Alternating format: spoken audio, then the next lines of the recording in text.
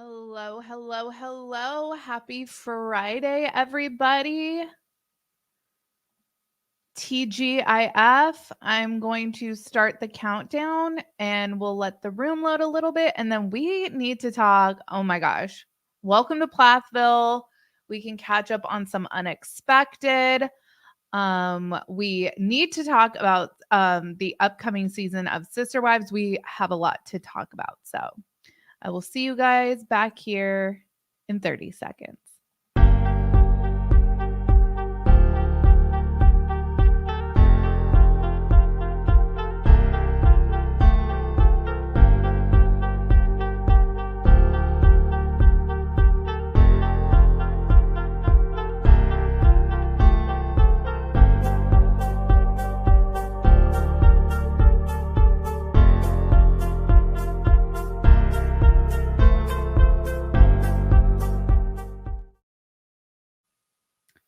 Hello, hello, hello, everybody. I hope everyone is having a wonderful Friday evening.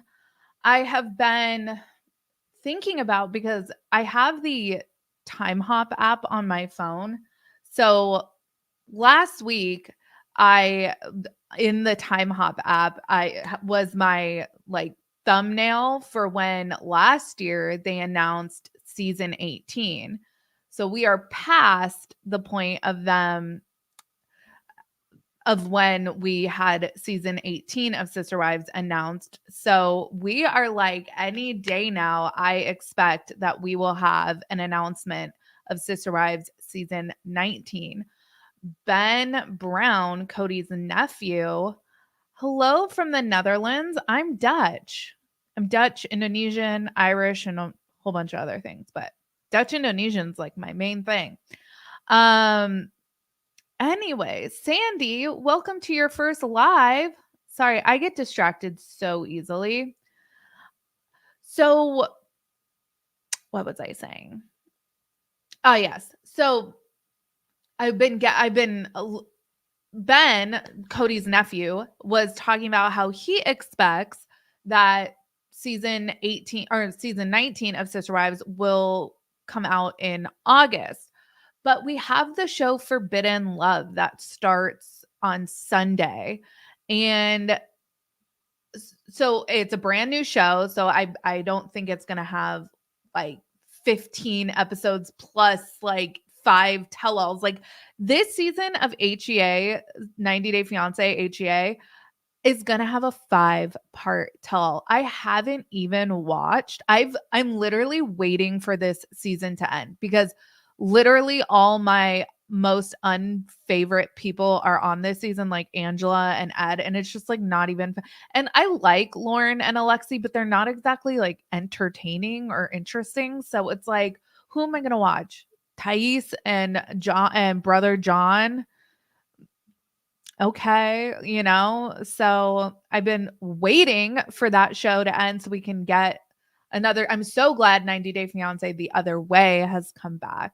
So at least there's that. But anyways, so this show Forbidden Love is coming out, and Seeking Brother Husband, I don't even know if we're going to have a second season of Seeking Brother Husband, but I didn't think we'd have a second season of MILF Manor either. So never say never.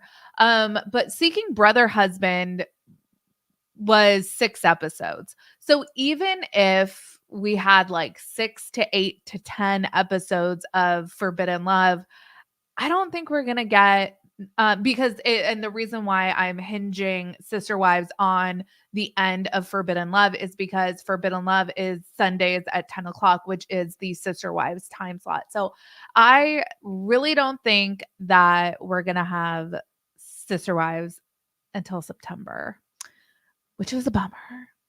It's a bummer. But it's upon us. 5-part tell, kill me now, all that screaming. Yeah, and I think from some of the commercials that I've seen, I think they're doing a thing where like they're putting them all together in a house or something. I don't know. April, quick Sister Wives thought. Just watch the teen torture doc. I need to watch that. Wondering, since most of these boardings are in Utah, are these the teens Mary was working with, or trying to, just a little thought. Yeah.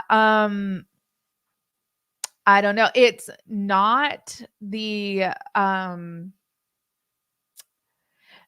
camp that Ruby Frankie sent her on a Sazi or something.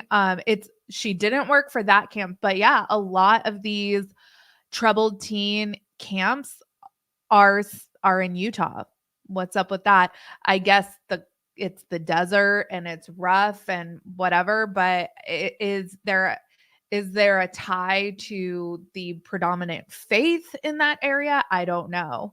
So anyways, I no longer have Discovery and do not have cable, so I must have missed the commercials. I've seen them on like Instagram, like TLC's Instagram is promoting a 5-part freaking tell-all. Like that is not necessary.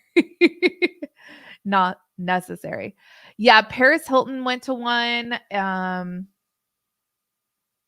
Ooh, thank you, Whitney Renee, with the inside boots on the ground. Forbidden Love goes until at least August 25th. The schedule doesn't go past that yet. Okay. All right. So who is watching? Tell me in the chat, who is watching Welcome to Plathville? I have so many thoughts. And of course, I'm comparing the devolution of this family happened in such rapid. It was like, boom, you have a TV show, boom, the entire family falls apart. I've really not seen anything like it. I mean, even John and Kate lasted, I think, longer than Barry and Kim Plath did. It's like their marriage was built on quicksand. But I was watching a little bit of season 1, episode 1. And, Barry and Kim are sitting there talking and they're gloating, they're bragging about how their kids have never even had soda. They don't know they have limited internet access. They don't watch TV. And Barry's like, my kids have never had soda. They don't have sugar. And I remember when I was a kid, I was like addicted to Mountain Dew. And it's like, these two people are so hypocritical. They might even be more hypocritical than Cody. I don't know. I'll have to think about that. But when Kim got her DUI, you knew it was going to be messy. And it's really interesting to me how that is not talked about at all. We just glossed right over that. When they cut to Kim on this houseboat, first of all, shout out to Northern California. Shout out to Lake Shasta. I used to go houseboating on Lake Shasta every summer. A houseboat is like, and it doesn't have to be fancy. It's not, we're not talking like these below deck mega yachts or anything like that, but a houseboat is like a house that's a boat. It's, smaller than like an actual house, obviously, but it's like it usually has like a big upper deck, several rooms. Like Kim, it looks like she got this old boat that had a bench in it and brought on a pillow and some sheets and called that a houseboat. I suppose, I mean, sure, houseboat. But yeah. Angel from Massachusetts. Gosh, man, everything is popping off in Massachusetts right now, isn't it? But I was horrified that these 3 young girls, it reminds me of poor Savannah having like, she's the one who has to live in the RV. She's the one who gets to rough it with her mom, which I'm sure was like a lovely, I mean, if I'm going to be stuck in an RV with any of the Brown family, Janelle would be like the most chill. So I'm down. I'm not down because I'm not a camper, but if like push came to shove, I would do it. I would do it. But once they're what? boat on jets, and we got Shannon on jet skis for 8 hours. Oh my gosh. So my husband and I have been talking about getting some water toys, like possibly a boat. My husband grew up on boats, not a houseboat, but like, those regular boats. I don't even know, because I know nothing about boats. But and then I'm thinking we'll have to take into consideration like paying for like storage and all that stuff. But the one thing my husband put a hard no on is jet skis, because have you I've like gotten thrown off of jet skis, and like I have to get back on the boat we're with. I've never like gotten knocked off a jet ski and been able to get back on said jet ski. I need to mount the jet ski from like a platform. I digress. But first of all, I was in the Welcome to Plathville subreddit last night, a couple nights ago, and I'm pretty much convinced that these people are correct. People think that Kim is essentially living with Ken, but that she and Barry have some sort of agreement that maybe Barry doesn't want the girls at Ken's house. So while she has custody, or it's her time, they spend time on this boat, which sucks for these kids. Like, I would never, these kids don't want to spend time with Kim anyways. Remember last season, they were like, if you guys are getting divorced, why aren't you? They wanted her to move out of the house. So it's like, you're going to put them on this boat where you have to shower at the marina. It's like, I think porta potties are nicer than the bathroom on that boat. It was not a good situation. Yeah, Lake Shasta is huge. Big Brother, I'll look into it. I used to watch Big Brother, and then I stopped. I don't really know why I stopped. But I still watch Survivor. I like The Amazing Race. I also really like the I don't know if it's on MTV. I watch it on Peacock, but The Challenge. But I like how now with The Challenge, they're bringing on people from Big Brother and Survivor and Amazing Race. So I'm recognizing people that are playing CT and like Wes, or I don't even know if Wes still does The Challenge, but Johnny Bananas. These are people I remember from when I was a teenager. Being on the challenge. These people have to be like in their mid 40s by now. Like, and that is a physical show. Like, ouch. Good on them. I'm too claustrophobic to live on that small of a boat. Same. And okay, if you guys ever watch the show, RIP to the show Marrying Millions, that show was so good. But there was that one really creepy guy, Bill, from like Dallas or somewhere in Texas, that he was dating the like 21-year-old. And I remember when it was like her 22nd birthday, and he was like, "Oh, I know everyone's so excited that you're 22." And then he got accused of some essay on like a teenager, and then the show got canceled. But the other couples on that show, that was a good show. But one guy lived on a boat. People live on boats. So that in and of itself is not weird. It's just the boat that Kim had was like, no, thank you. No, thank you. I mean, if that is, you have to find a different place to be with your kids, because that's like that's like a stipulation that Barry has. Rent a hotel. Like, wouldn't renting a hotel be cheaper than like this boat? I don't know. Oh, brown eyed girl, you need a sports intervention. My husband, so we got season tickets to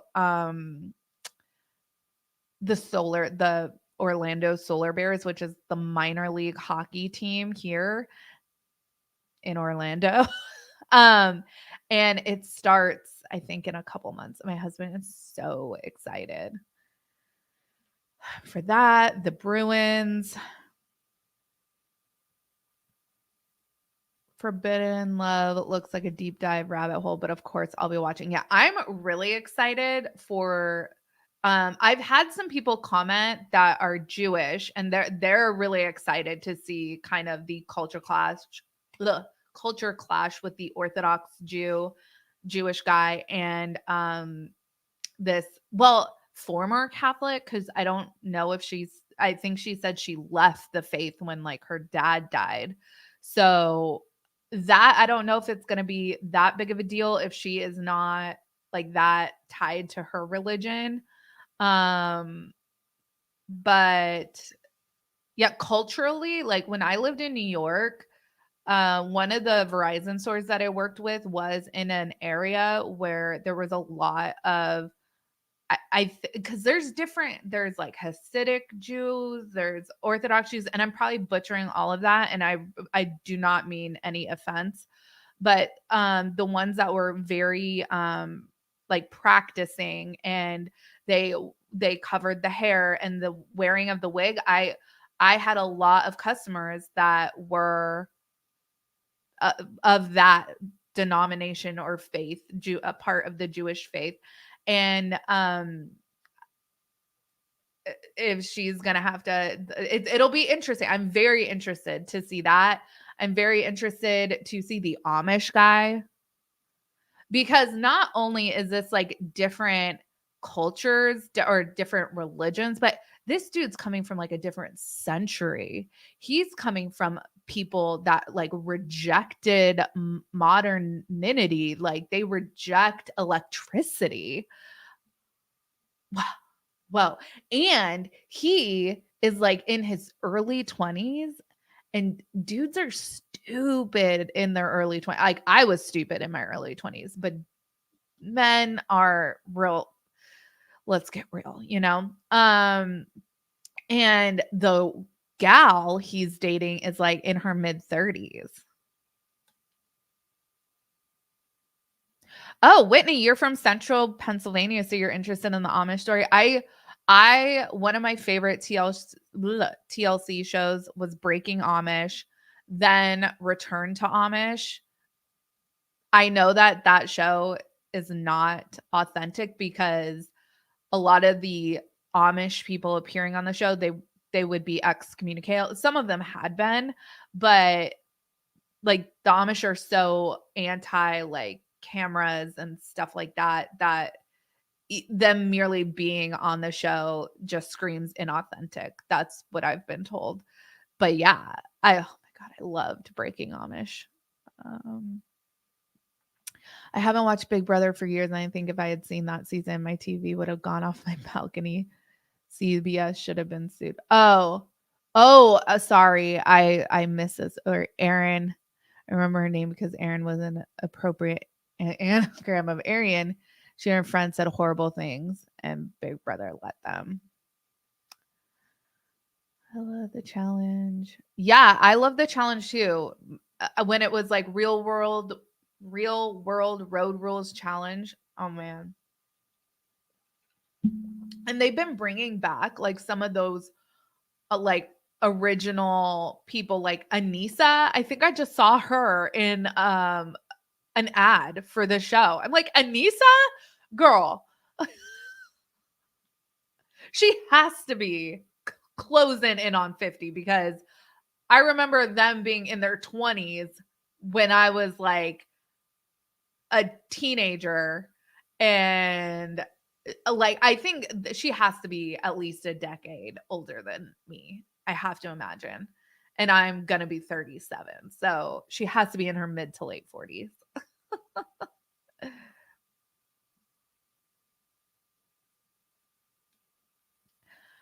Just joining, but so happy you're doing Plathville. I feel a lot of creators aren't covering it. You know, I'm honestly, I have, let's talk Plathville. Okay. I have a lot of thoughts. I have a lot of feelings about Plathville. Um, I don't know if you guys are, you can Google it. It sucked. Hopefully casting of it, or at least they stop people from being trash. Yeah. Um, Anissa was on when I was like in middle school. Yeah, like, and she came from, I think Anissa came from Real World. So she did a Real World season, I think, before she did the challenge. And then she became like a challenger. So like I remember her from like the early 2000s, the way early 2000s. The Good Karen, they streamed the challenge. I don't know about streaming on Paramount Plus. Real World San Diego, I think. Thank you. So let's talk Plathville. So honestly, I'm a little surprised that this show came back for a sixth season.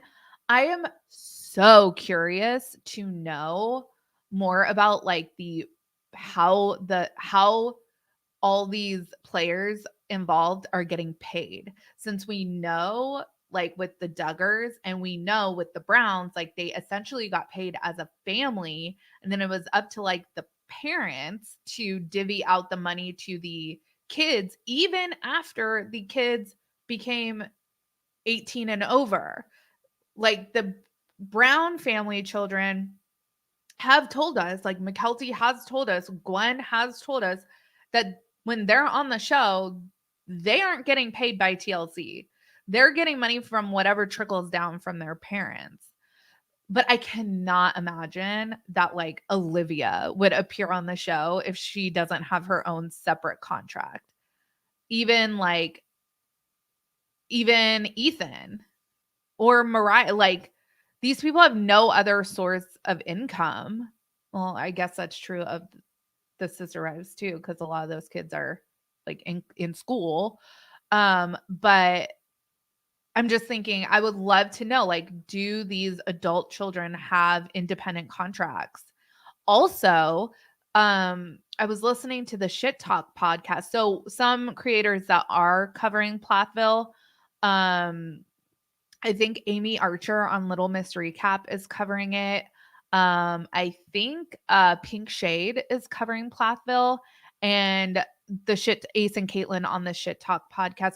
Also, Reality Cray Cray will be covering it, and I think Reality Gaze too. So there are, but those are all podcasts. So I'm not sure about like YouTube content creators. I'm not sure, but I will be covering it.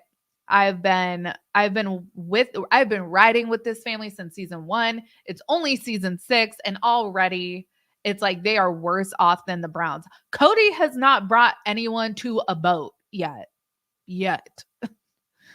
Prairie Pooh Land, but at least he didn't make anyone live on that against their will. Janelle was amped to live in that RV. That's the one thing I will say. Maybe Savannah was a kind of against her will. But yeah. So at least Cody hasn't made anyone live on a boat yet. But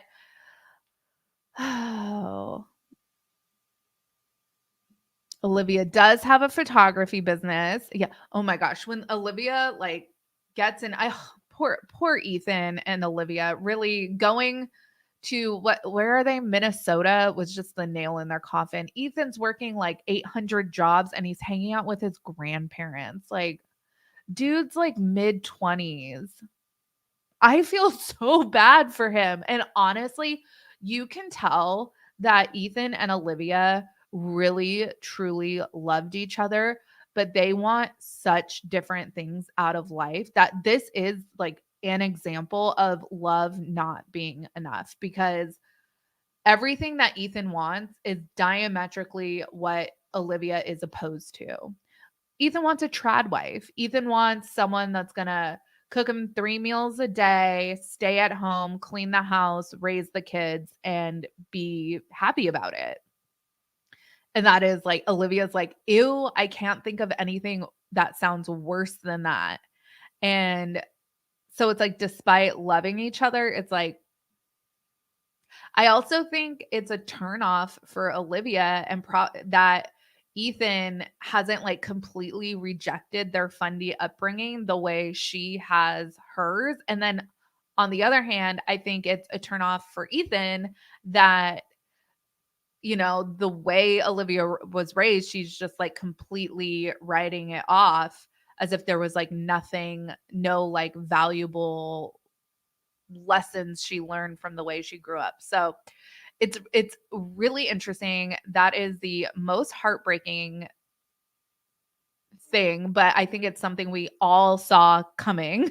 um Ethan and Olivia were doomed. His upbringing stifled him. I am honestly shocked. I'm shocked that last season when everyone turned on Olivia, I was like, Olivia was the catalyst for all of this. Olivia was the one who, like, oh my gosh, when in this season 6 episode 1, Mariah says something like she's moving back home because she doesn't want to make any rash decisions with like this time in her life.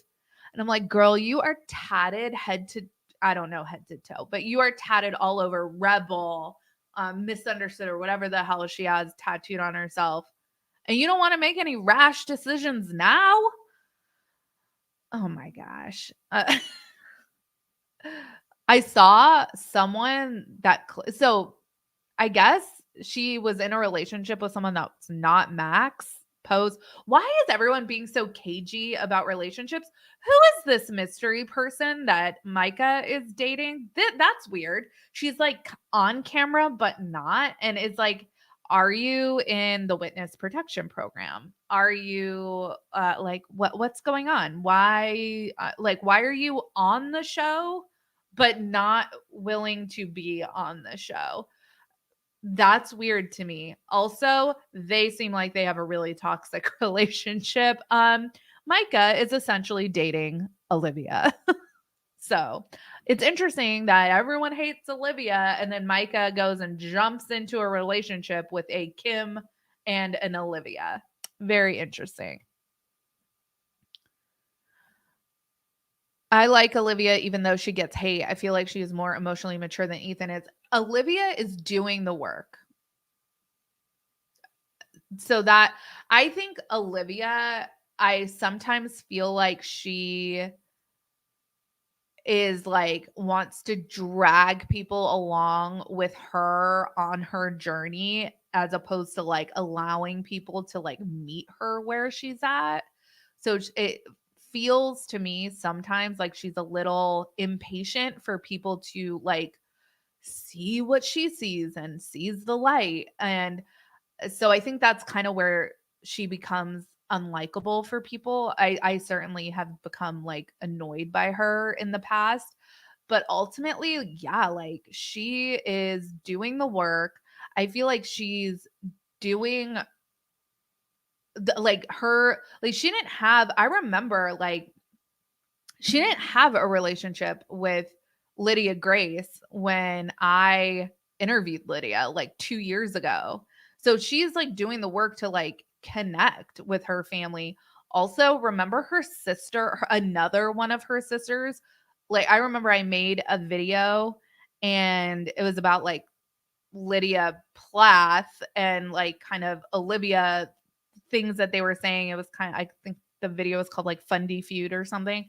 And another one of Olivia's sisters commented on that video and was like, oh, Olivia's like, I don't know, like gone astray or something. She's in a really hard time. Oh, and her and Ethan are getting divorced. And everyone was like, what? Because none of that was this was before season 5 even came out. Olivia has said in interviews that whenever Ethan mentions God and country, he's talking about her refusal to deny gay weddings and side with him against any possible gay kids. Oof. Oof. Oof. That's rough. That's rough. And then what are you going to do? If I have a kid and my kid shits rainbows, I'm going to like just me personally as a parent, I'm going to champion the fuck out of that for my kid, you know? That makes me really mad. Because kids like, and we see this with the Browns, right? They all see what a flawed human Cody is and how probably undeserving he is of their love, time, attention, admiration, but none of them have outright rejected him or said, I'm not going to have a relationship with him ever again. Like if Cody came around and was like, you know, sorry and made those everything we hoped he would do after everything that happened in March, those kids would welcome him with open arms. To think that you could produce a child, and maybe it's different for men because you're not actually like growing the kid. I don't know.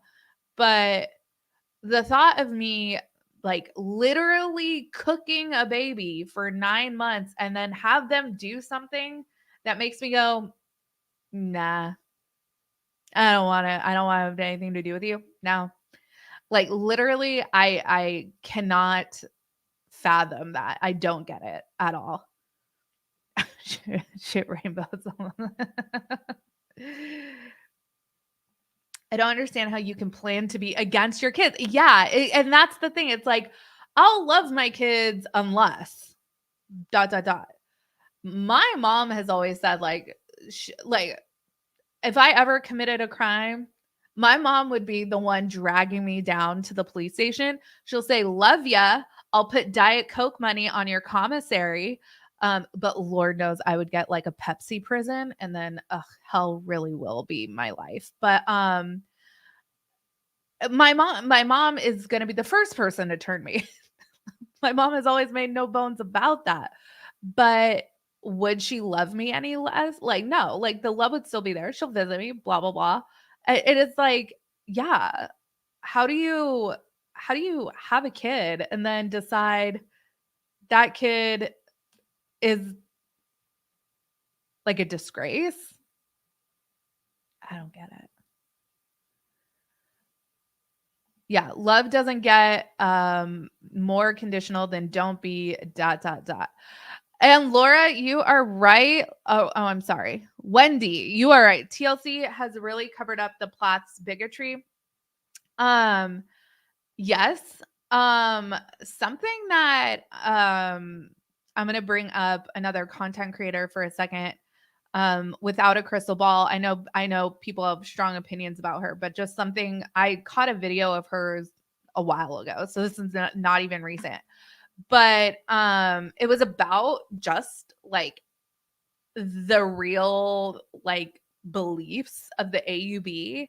And it's like we get a really watered down version of what the Brown family, the adults anyways, or the parents I should say, because a lot of the kids are adults now, about what they actually believe. Like this is the religion that they subscribe to, and it's pretty toxic. And yeah, likewise with the Platts. And then the Duggar. Oh my God. Everything that's come out about the Duggars and was it the IBLP and Bill Gothard, that guy, blanket training. And there was, I watch Fundy Fridays. I love Fundy Fridays. She's, I think, someone with the last name Pearl, who essentially advocate for like beating your kids. Like, what? What? Yes, Fundy Fridays has covered the plots. Actually, Jen from and James, I just realized both of their names start with J. But they got married last year, and Olivia was their wedding photographer. They're like good friends with Olivia, which has garnered Jen some backlash because Olivia is a, like, if we're going polarizing TLC reality stars, I don't think Cody is really polarizing. I think pretty much everyone is on the camp of like he's unlikable. Probably Kim Plath too, but man, so maybe Olivia might be like one of the more polarizing people, either really like her or really don't like her. It's interesting.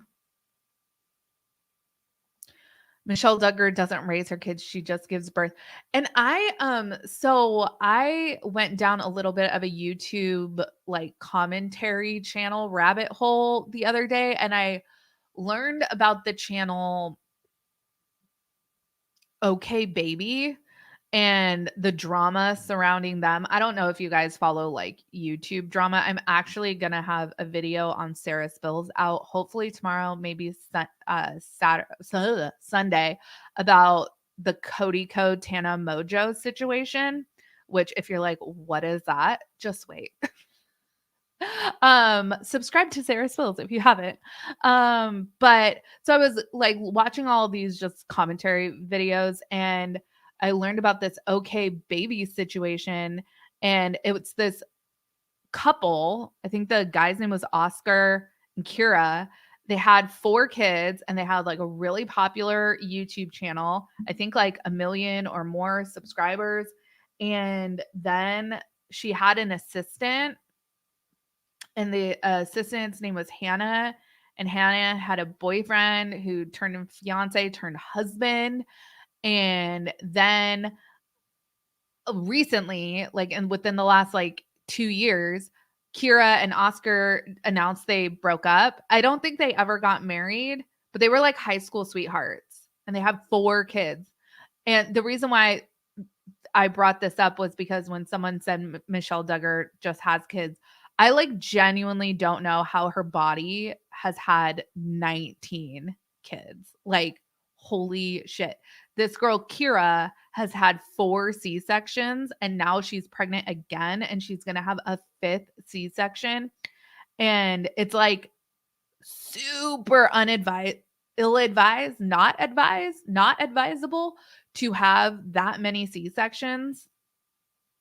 Like, I don't know how many they say is okay to do, but like, well, I knew I was going to stop at 2. I thought I was going to stop at 1, honestly. My son was a surprise, but I knew for sure there was going to be no more surprises. So I got my tubes, not even tied. They like clipped them or whatever. So how did her uterus not fall out? I mean, and like my husband like doted on me hand and foot. My husband, I almost said my cousin. That was weird. My husband, who is not my cousin, did so much like diaper changing, getting up in the middle of the night, all this stuff. Jim Bob Duggar is not doing any of that.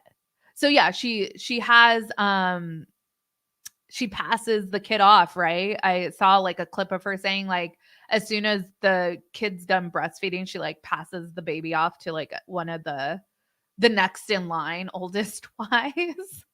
So sad.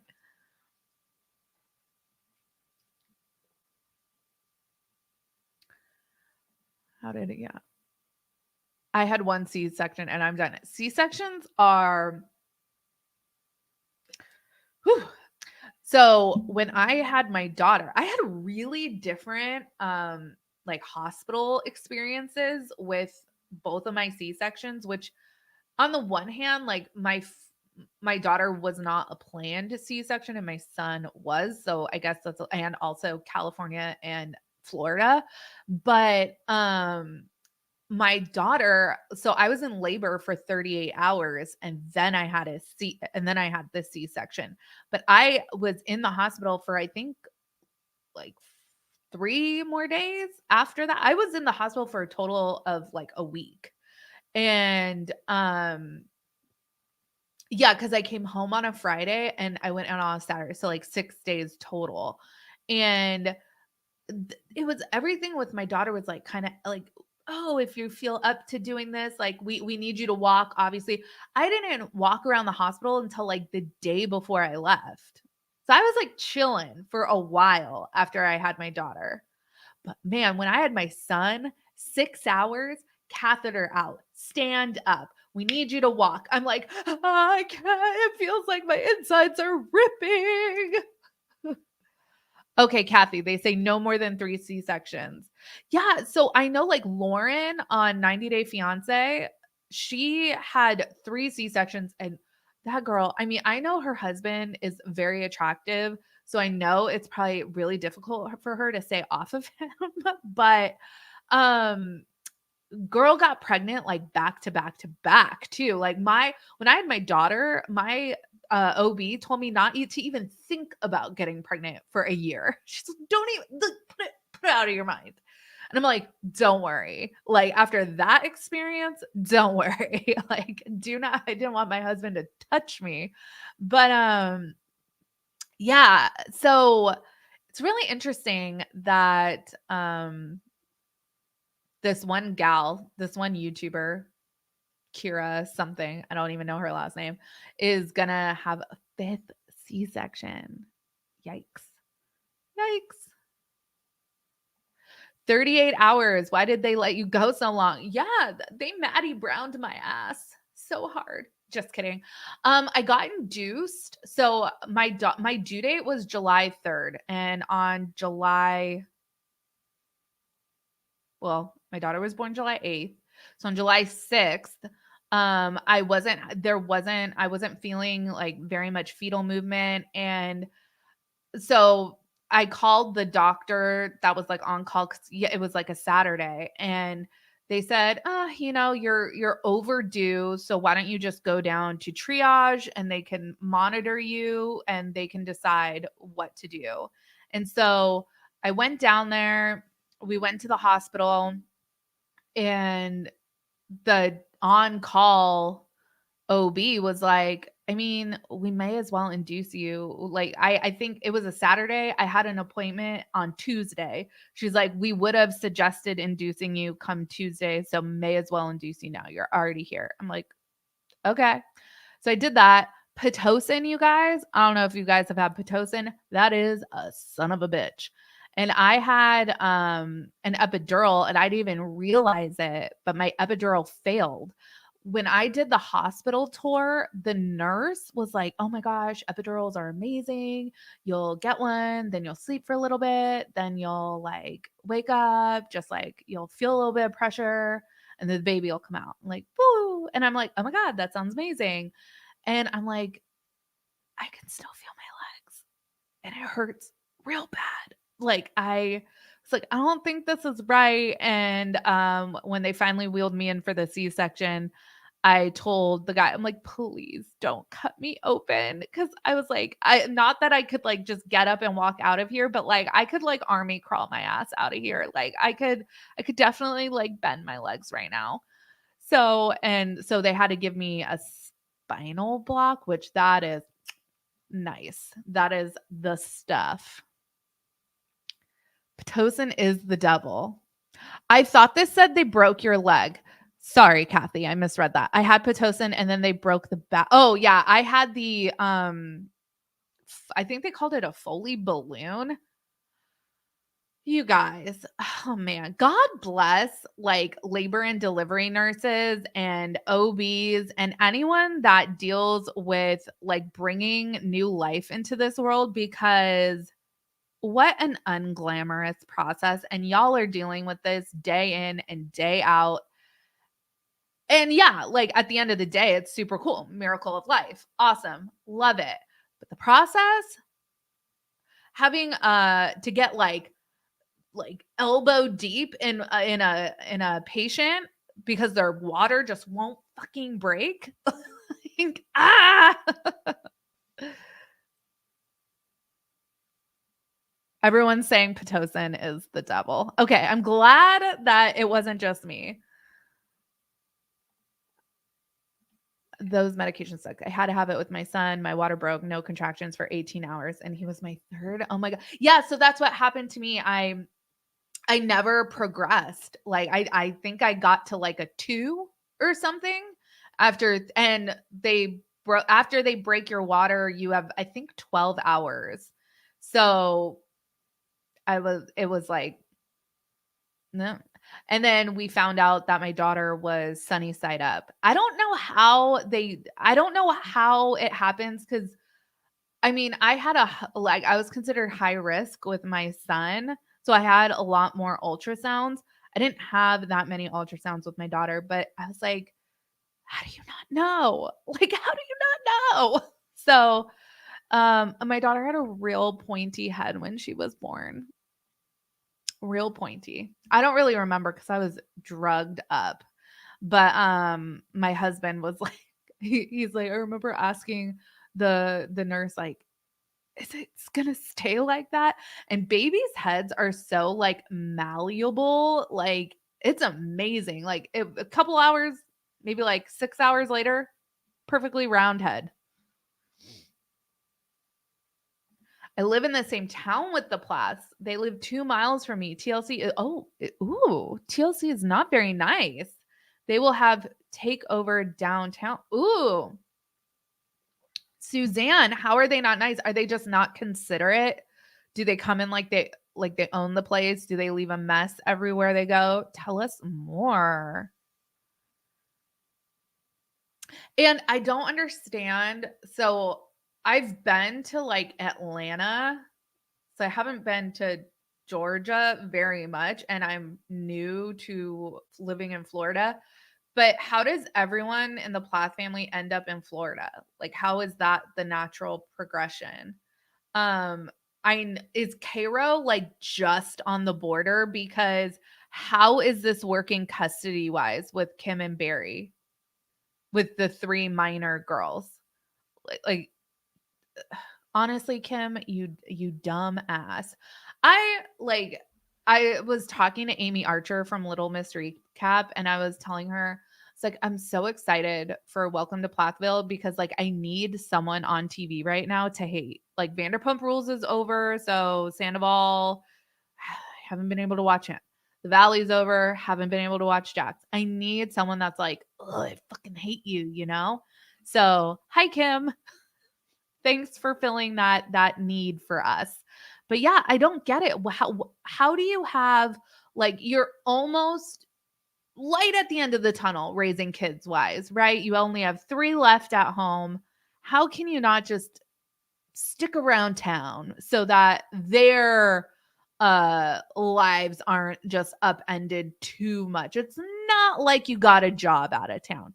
Speaking of jobs, so clearly I know Barry's like an engineer, but all these other people, like the show is their, I think their primary source of income.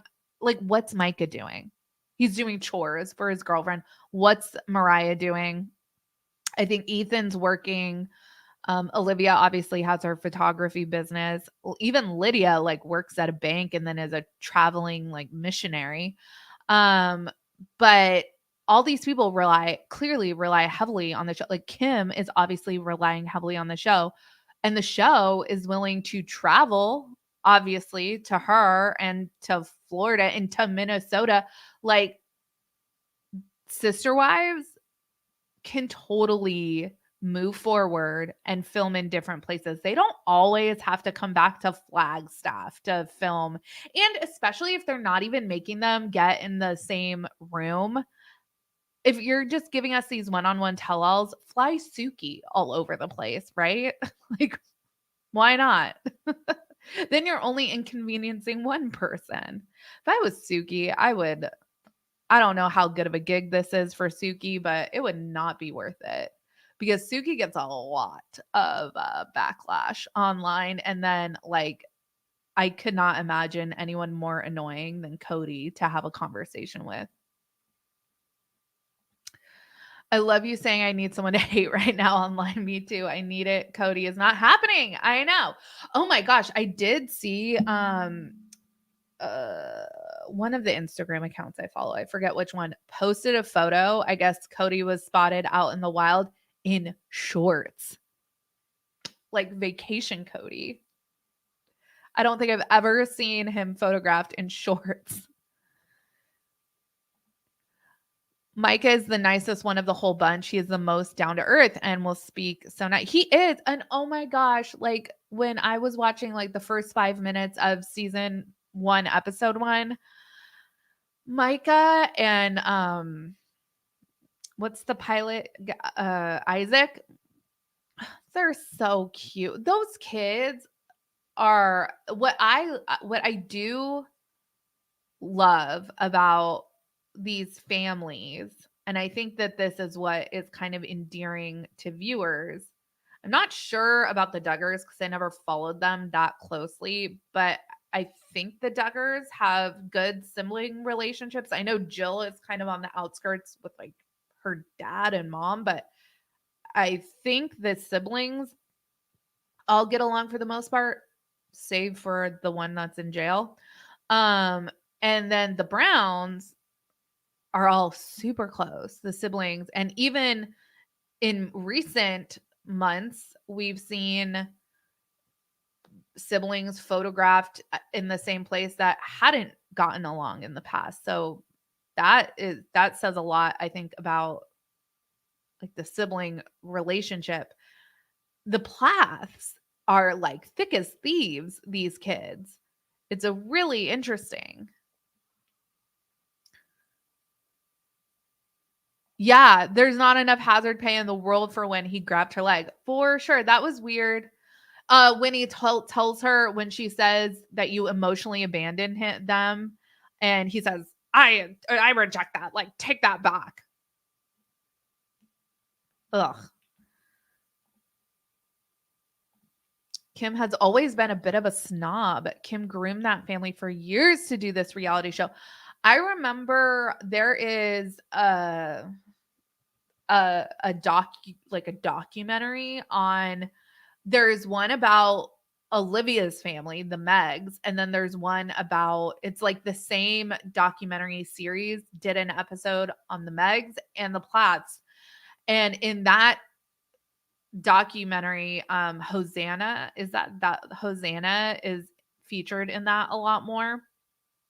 But you can tell like Kim has always wanted to have her family make her famous. That's I don't even think Cody initially had that like drive, but it seems like Kim was always looking for ways to get famous off of her kids. They were going to be a band, and then that like didn't work out. Then they needed to do this reality show, and then I remember when season 2 came out, I don't think and like clearly Olivia did not have a good relationship with the Plaths, like Kim and Barry. Olivia didn't want to do the show anymore, but Kim kind of like strong armed them into staying on the show because it was unclear how much of a show there would be or if they would get canceled if Olivia and Ethan didn't want to do the show. Man. Ruth, I wish Lydia wouldn't sing. You know, Lydia singing, or remember when Christine sang at McKelty's wedding? I like because that is the level of singing gifts um that I possess. So I'm not judging them. I would never do that. This is all I'm gonna say. Kim manipulated Ethan with finances and Olivia spoke up. Yeah. Some other like theory I saw on Reddit, like speaking of like the Kim DUI thing not being talked about. I think that as a family, they have like agreed like certain things they're not going to talk about. And one of the things that someone was speculating on is that when Olivia talked about the credit card thing, was it last season or season 4? But when she brought that up on the show, that is what made like Micah, Mariah, and well, mainly Micah and Mariah like turn against her because they had agreed like they weren't going to talk about that, and then she did. They have courage to sing on camera, maybe too much courage. Yes. This season is going to be interesting. Last season, we'll just wrap up the last few minutes here. Last season was a little like some parts were boring, So like they need to figure out how they're going to do this with like different storylines. Like they're making Mariah plan this, I don't know, vacation where they all are going to like be under one roof, and Kim and Barry haven't been around each other in a while. That actually I'm interested to see. But it was so interesting to me. Kim is clearly, like Ethan said, the head that turns the neck in that marriage. And but Barry was like weird and creepy for the first like 3-4 seasons. And now he's like a fan, not maybe not a fan favorite, but almost a fan favorite. Like people feel sorry for him. He's gotten all swolled up. He's like batty daddy Barry, and he's like going out and bonding with the kids. He's running with Mariah, where he was telling when he fully participated in kicking Mariah out of the house at 17. I think Mariah doesn't remember that Kim fucking kicked her out of the house at 17 because Mariah wanted to like sing, not Christian songs.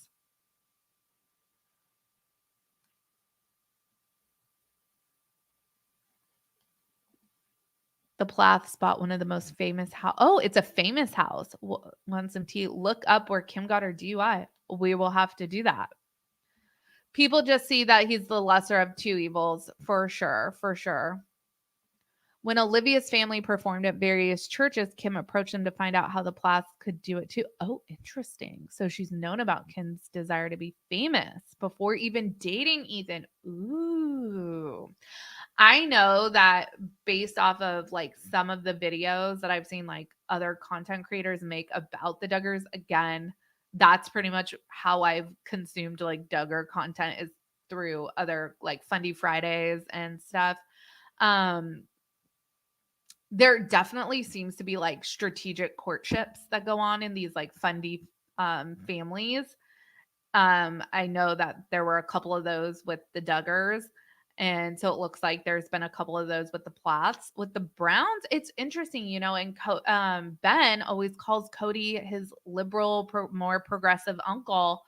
We didn't really see any of the Brown kids be like, or perceive any of them to have being pressured into marrying who they end up marrying. I think probably the closest, and I'm not even saying that she was pressured at all, but like Madison and Caleb, just because Caleb was known to the family prior, like he was literally an in-law of Cody's. So like he was already there, but like I don't really think anyone pressured Madison to like get together with Caleb, because Caleb was 10 years older than her, and I still have my feelings about that. But anyways, might not be nice, but Barry seems creepy to me. He's got a bit of a creepy flair for sure. One of the podcasts, I don't know if it was Reality Cray Cray or one of the podcasts, used to call him Slenderberry because like Slender Man. So Tony's family is part of the Mormon. I thought Tony came from I thought his family was Catholic, but I could be wrong. Or maybe like some of his family is Catholic, some of them are Mormon. Aspen's husband, yeah, is from the AUB, and his sister was on at least 2 seasons of Seeking Sister Wife. They have the husband, Jeff Aldridge, who they were dating a girl who literally faked her own death to like ghost them. That was hysterical. That was like prime Seeking Sister Wife. Seeking Sister Wife needs to get back to its Mormon roots. That might be an unpopular opinion, but it needs to like get back to its Fundy Mormon roots. I know like Mormons don't claim, or I guess LDS don't claim like the polygamy fundamental, but like there is like crossover, Joseph Smith and all that. But anyways, my hot take, unpopular opinion, is that we need some fundiness on Seeking Sister Wife. All right, you guys, let's wrap up for tonight. Thank you so much for joining me. On Monday, it's gonna be James and I as a dynamic duo, and we are really excited. Amanda has decided to kind of move on from TLC content, and she's gonna dabble in the Bravo sphere. She, if you guys haven't checked her out yet, she's just put out one of her funny like comedy recaps of Real Housewives of Orange County, and it is hilarious. So if you haven't yet, check it out. But yeah, we will I'll be back Monday. I'm gonna have some videos out this weekend, so see you there. All right, you guys, bye.